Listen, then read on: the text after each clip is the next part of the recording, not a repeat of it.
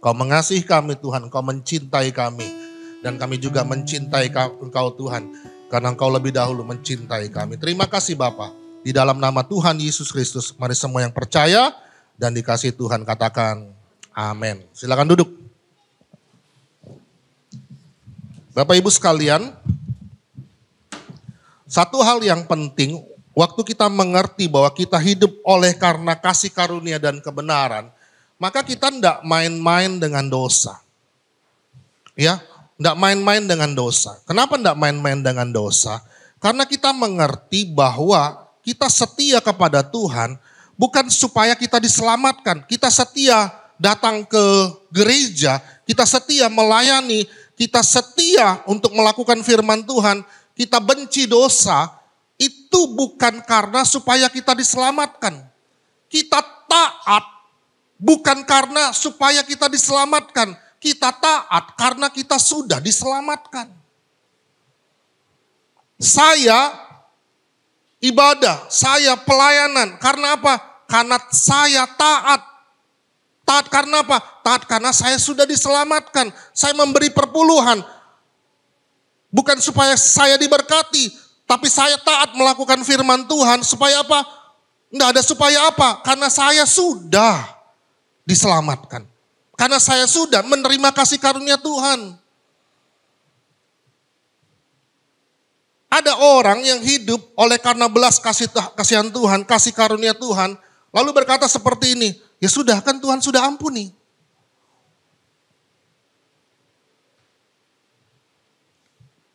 Waktu kita menjadi orang Kristen, orang percaya, lalu semua pelanggaran dosa kita sudah ditebus oleh darah Yesus. Kemudian kita berkata, Tuhan aku bersyukur Tuhan Engkau mengampuni segala dosa dan pelanggaranku. Aku menjadi orang yang baru. Aku mempunyai identitas yang baru di dalam Kristus. Lalu kita menikmati apa yang Yesus kerjakan di atas kayu salib. Waktu kita menjadi orang percaya, memiliki identitas yang baru. Kemudian waktu kita jatuh ke dalam dosa, kita menyadari kita orang berdosa. Lalu biasanya reaksi orang seperti ini. Kan kita sudah diselamatkan. Yesus sudah mati bagi kita. Ya sudahlah, Tuhan sudah ampuni. Sudah begitu saja hidupnya. Seperti itu terus tiap kali dia jatuh ke dalam dosa. Atau seperti ini. Aku gagal sebagai seorang suami. Aku gagal sebagai seorang ayah. Aku gagal sebagai seorang pemimpin. Tapi aku tetap setia melayani Tuhan. Selalu endingnya adalah fokusnya kepada diri sendiri. Kita jadi orang yang ego. Jadi orang yang egois. Bukan kita ngelihat bahwa, Yesus yang mati di atas kayu salib itu sudah melakukan segala-galanya untuk aku. Dia taat sampai mati di atas kayu salib. Menjalankan apa yang ditugaskan Bapa bagi dunia. Dia taat sampai mati. Lalu bagaimana kita? Kita juga taat. Tapi taat bukan supaya kita diselamatkan. Taat karena apa? Karena kita ngelihat salib itu. Engkau lebih dulu mengasihi kepadaku. Mengasihi lebih sungguh. Bukan ke sini, tapi ke sini, ke salib. Jadi kita tunduk, bukan tunduk kepada diri sendiri, tapi tunduk kepada salib itu. Takkan ku lepas salib itu. Sampai ku menghadap tatanya. Kita sering, ya itulah saya. Kayak orang berdosa, wah itu ego tuh. Puji Tuhan sudah ampuni. Kalau seperti itu iman kita bukanlah iman yang bertumbuh. Iman yang menurut ukuran pribadi kita sendiri. Roma 5:17 tadi apa? Kita dipenuhi oleh kasih karunia dan dianugerahi oleh dilimpahkan dilimpahkan, ada kata dilimpahkan. Coba buka lagi. Bukan cuma kasih karunia, tapi kasih karunia dan anugerah kebenaran. Maka lebih benar lagi mereka yang telah menerima kelimpahan kasih karunia dan anugerah kebenaran. Kita setia melayani. Bukan supaya kita diberkati. Tapi karena kita sudah menerima berkat yang luar biasa itu, yaitu Yesus sendiri dalam kehidupan kita. Makanya kita melayani. Motivasinya berbeda, fokusnya berbeda. Bukan fokusnya kepada diri sendiri atau kepada manusia, tapi fokusnya kepada salib itu, kepada Yesus yang sudah mati di atas kayu salib. Itulah kehidupan yang dibangkitkan. Itulah kehidupan yang mengalami metanoia.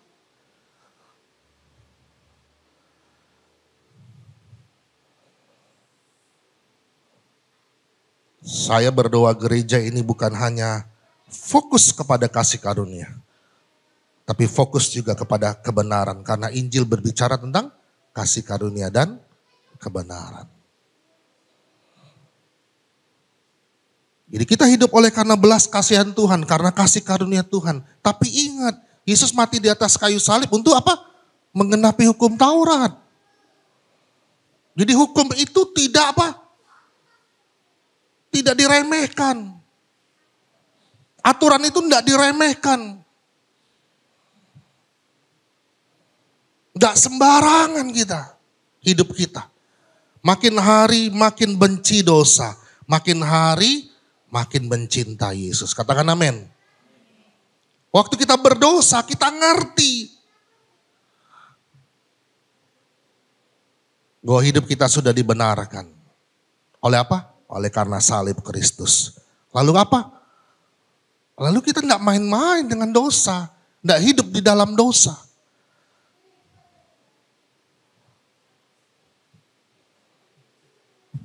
Tidak bertumbuh kita jadinya. Akhirnya kalau kita muter-muter saja di dalam kasih karunia. Lalu kemudian lupa kepada kebenaran Tuhan.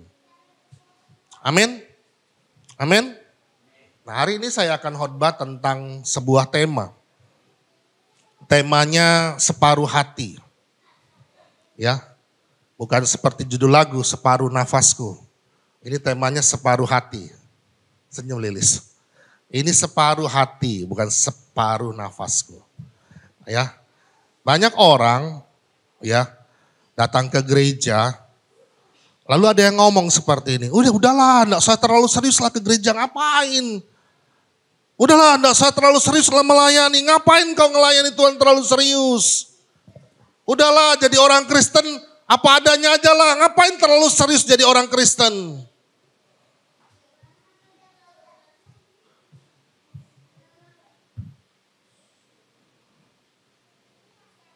Ngapain terlalu serius? Yuk kita baca ayatnya.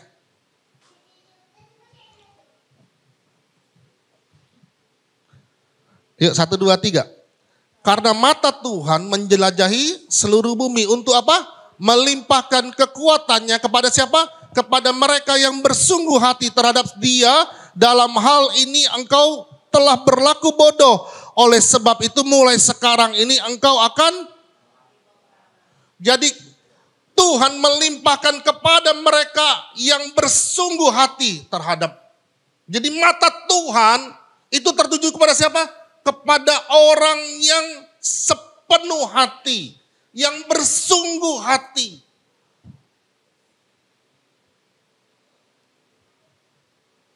Saya berdoa kita di tempat ini adalah orang yang bersungguh hati. Punya hati yang sungguh-sungguh kepada Tuhan. Kenapa ada grow cell di gereja ini? Supaya apa? Supaya jemaatnya bertumbuh. Bukan cuma datang seminggu sekali. Tapi memang rindu bersekutu. Bukan cuma datang setiap hari Minggu atau hari Rabu. Hari Selasa ya. Tapi setiap hari ada baca firman Tuhan. Ada penyembahan kepada Tuhan. Ada relasi dengan Tuhan. Ada memberi diri untuk diberi makan oleh Bapa di sorga. Sepenuh hati, tidak separuh hati. Tidak setengah-setengah. Dari sekian banyak orang Israel yang masuk ke tanah Kanaan, cuma Yosua dan Kaleb. Generasi ini yang masuk ke dalam tanah perjanjian itu. Next. Kenapa Kaleb? Yuk kita baca. Kecuali Kaleb bin Yefun, dialah yang akan melihat negeri itu dan kepadanya dan kepada anak-anaknya akan kuberikan negeri yang diinjakannya itu. Kenapa? Kenapa diberikan kepada Kaleb? Kenapa diberikan kepada generasi Kaleb? Coba baca, karena sepenuh hati. Dengan sepenuh hati. Waktu kita datang ke gereja, kita datang menyiapkan hati kita. Hati yang terbaik buat Tuhan. Kita mau datang kepada Tuhan, menyembah Tuhan, beribadah kepada Tuhan dengan sikap yang terbaik. Kita memuji Tuhan, menyembah Tuhan dengan sikap yang terbaik. Waktu kita memberi diri untuk diberi makan dengan asupan makanan firman Tuhan, kita memberikan waktu kita, waktu yang terbaik. Makanya saya melatih jemaat di tempat ini, waktu meresponi firman Tuhan, katakan amin, amin. Ada yang amin.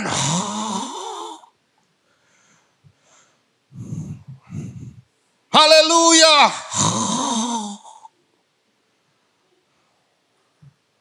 Separuh nafasku.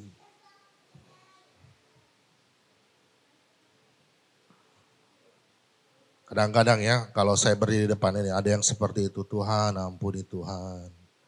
Saya cuma bernyanyi seperti ini. Bapa di surga, terpuji namamu. Kita di dalam ruangan ini, kita sedang menyembah Tuhan. Menikmati hadirat Tuhan. Kita sedang apa? Ada orang-orang di luar sana benar-benar menghormati firman Tuhan, menghormati Tuhan. Apalagi kita yang sudah dilimpahi oleh kasih karunia Tuhan. Harusnya lebih dari itu. Benar gak? Saya bukan tidak menegakkan Taurat, tapi justru kita mengerti waktu Taurat itu dibayar oleh Kristus Yesus, hidup kita tidak sembarangan, tidak seenaknya dewe, sembrono. Saya mengasihi jemaat di tempat ini, saya mengasihi semua orang yang ada di tempat ini. Kadang-kadang di luar sana orang benar-benar taat, untuk apa? Untuk cari keselamatan. Tapi kita sudah mendapatkan keselamatan itu, karena kita sudah mendapatkan keselamatan itu. Makanya hidup kita berbeda. Waktu kita datang kepada Tuhan, kita datang dengan sikap yang terbaik. Waktu kita melayani dengan cara yang terbaik. Karena apa? Karena Tuhan sudah memberikan yang terbaik bagi kita. Waktu kita memberi perpuluhan, memberi persembahan, kita menyampaikan dengan yang terbaik. Bukan supaya apa? Supaya kita diberkati, bukan. Karena kita sudah sangat diberkati oleh pribadi Yesus yang sudah mati di atas kayu salib bagi kita.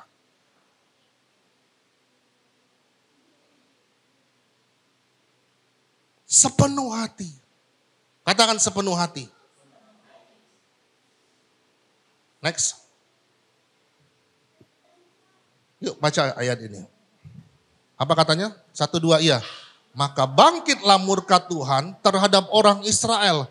Ia menyerahkan mereka ke dalam tangan perampok dan menjual mereka kepada musuh di sekeliling mereka. Sehingga mereka tidak sanggup lagi menghadapi musuh mereka. Setiap kali mereka maju, coba perhatikan. Coba ulangi, 1, 2, 3. Setiap kali mereka maju, setiap kali siapa maju? Israel maju, tangan Tuhan apa? Melawan siapa? Melawan siapa?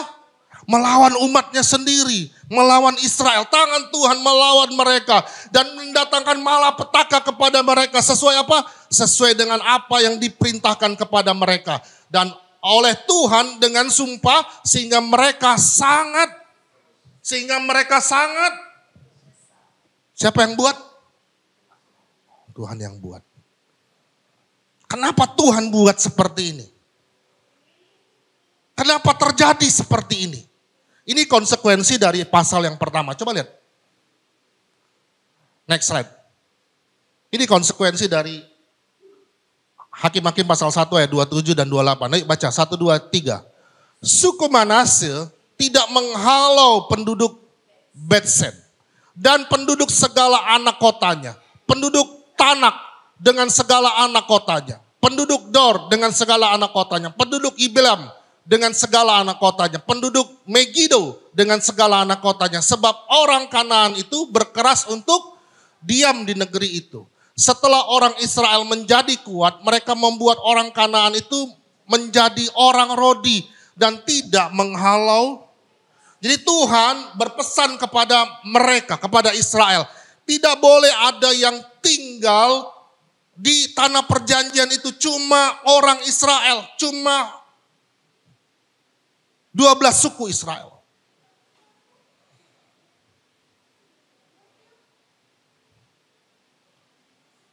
Tapi mereka kompromi. Mereka jadikan orang-orang Kanaan itu menjadi orang Rodi. Ambil kesempatan mereka. Mereka kompromi dengan apa yang diperintahkan Tuhan. Tuhan suruh usir semua, tidak boleh ada yang tinggal. Tapi mereka tidak dengar firman Tuhan. Mereka separuh hati. Mereka tidak halau semuanya, tapi halau separuh. Ini contoh yang pertama. Contoh yang kedua. Ini Saul. Yuk kita baca. 1 Samuel 15 ayat 9. Tetapi Saul dan rakyat itu menyelamatkan Agag dan kambing domba dan lembu-lembu yang terbaik dan pula anak domba dengan segala yang tidak mau mereka menumpas semuanya. Tetapi segala hewan yang tidak berharga dan yang buruk itulah yang. Jadi Tuhan suruh tumpas semuanya. Tapi Saul sayang. Ini kan sehat. Ini kan tambun. Ini kan bagus. Padahal Tuhan suruh tumpas semuanya. Bunuh semuanya. Habisi semuanya. Tapi dia separuh. Dia tidak ikuti semua perintah Tuhan. Terus. Lalu datanglah firman Tuhan kepada Samuel. Perhatikan. Demikian. Aku menyesal. Jadi Tuhan pernah menyesal. Kapan? Sama Saul. Gara-gara Saul. Aku menyesal karena aku telah menjadikan Saul raja. Jadi Tuhan pernah menyesal loh. Ia telah berbalik daripada aku dan tidak melaksanakan. Dia setengah-setengah. Jadi bagi Tuhan, setengah-setengah itu sama dengan tidak melaksanakan firman Tuhan. Maka sakit hatilah Samuel dan ia berseru-seru. Ini dia kepotong sepertinya. Jadi setengah-setengah itu sama saja tidak melaksanakan firman Tuhan. Kalau kita setengah-setengah taat, kita setengah-setengah jadi orang Kristen. Hari Minggu orang Kristen, hari Senin sampai hari Sabtu enggak tahu jadi orang apa. Next.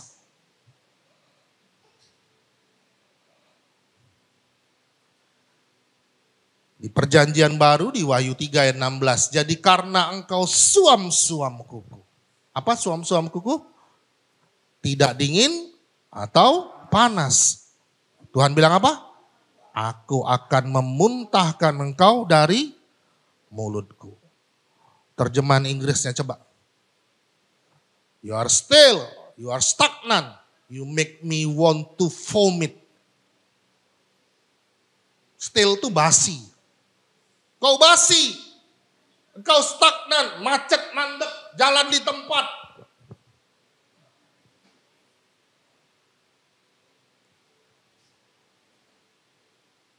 Aku buat. You make me want to vomit. Kau buat aku mau muntah. Tuhan tidak mau kita suam-suam. Tuhan tidak mau kita setengah-setengah. Tuhan mau kita sepenuh hati. Datanglah kepada Tuhan dengan sepenuh hati. Dengan senap hati. Dengan senap jiwa. Dengan kekuatanku.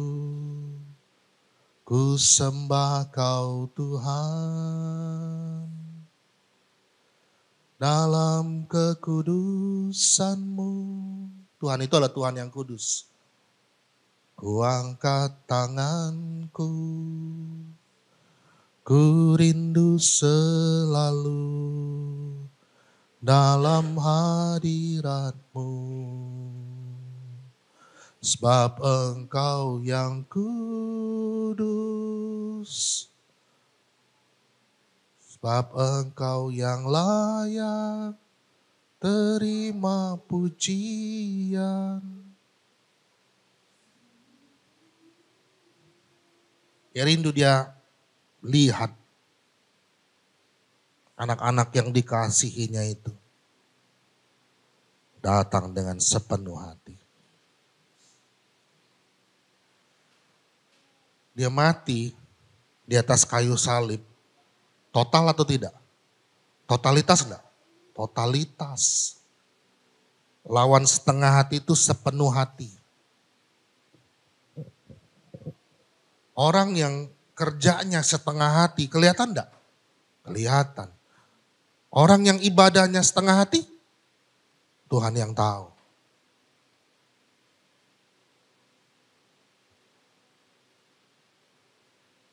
Saya tidak menegakkan hukum Taurat. Tapi saya ingin justru waktu kita hidup di dalam kasih karunia. Kita taat. Kita taat. Kita taat. Kita taat bukan supaya kita meraih sesuatu. Tapi karena kita sudah mendapatkan yang terbaik daripada Tuhan. Maka hidup kita tidak seenaknya. Tidak seperti itu terus. Makin hari makin mencintai Yesus. Makin hari fokusnya kepada Yesus. Makin hari fokusnya kepada salib itu. Next. Ini hati-hati ya. Kalau kita suam-suam, kalau kita setengah-setengah. Kita jadinya ikut satu kelompok. Coba baca. Ini serius ya. Nanti secara enggak sengaja kita ngelatih diri kita seperti satu kelompok atau jangan-jangan malah kita ikut kelompok itu. 1 Yohanes 2 ayat 19. Memang mereka berasal dari antara kita, tetapi tidak sungguh-sungguh. Tidak sungguh-sungguh itu apa? Separuh hati, setengah hati. Termasuk pada kita. Jadi mereka yang tidak sungguh-sungguh itu termasuk pada kita. Sebab jika mereka sungguh-sungguh termasuk pada kita, niscaya mereka tetap bersama-sama dengan kita. Tetapi hal itu terjadi supaya menjadi nyata bahwa tidak semua mereka sungguh-sungguh termasuk. Jadi mereka yang tidak sungguh-sungguh, yang setengah hati itu tidak termasuk pada kita.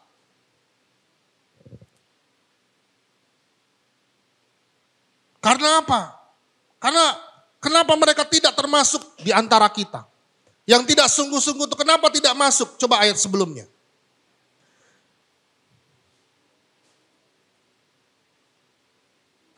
No. Kok ini mundur? Anak-anakku, waktu ini adalah waktu yang terakhir. Ini ayat sebelum dari ayat 19 tadi. Dan seperti yang telah kamu dengar, seorang apa? Seorang antikristus akan datang. Sekarang telah bangkit banyak antikristus. Itulah tandanya bahwa waktu ini benar-benar adalah waktu yang terakhir. Baru masuk ayat 19. Coba ayat 19 tadi. Memang mereka berasal dari antara kita. Tetapi mereka, jadi orang yang tidak sungguh-sungguh itu, ini yang ngomong siapa? Saya tidak sedang menakut-nakuti Anda dengan firman Tuhan.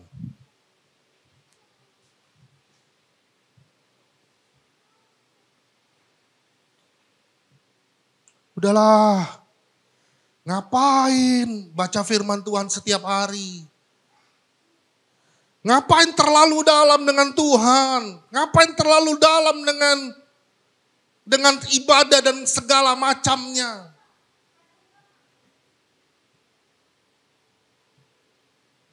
Ngenakin hati Pak Yu aja itu. Kok ngenakin hati saya? Memang gue pikirin gitu ya. Enggak. Kita punya tanggung jawab masing-masing.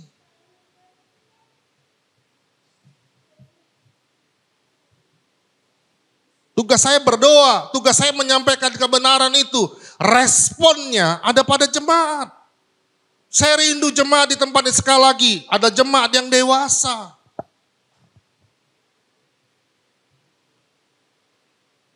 Kita tidak kanak-kanak lagi seperti anak-anak.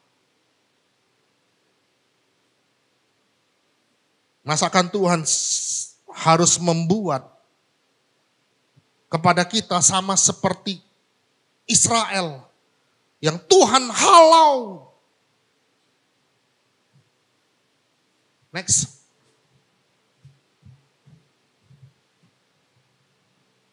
Yuk baca sama-sama dengan kuat 1, 2 ya. Haleluya. Berbahagialah orang yang takut akan Tuhan, yang sangat, katakan sangat. Sangat. Sangat itu enggak setengah-setengah. Sangat itu enggak separuh hati.